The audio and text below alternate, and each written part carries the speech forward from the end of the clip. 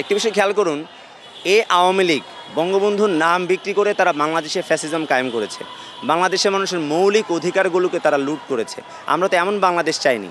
জনগণের উপর খবরদারি করার পরিণাম কতটা ভয়াবহ হতে পারে শেখ হাসিনা তার জায়গা থেকে খুব ভালোভাবেই সেটা টের পেয়েছে।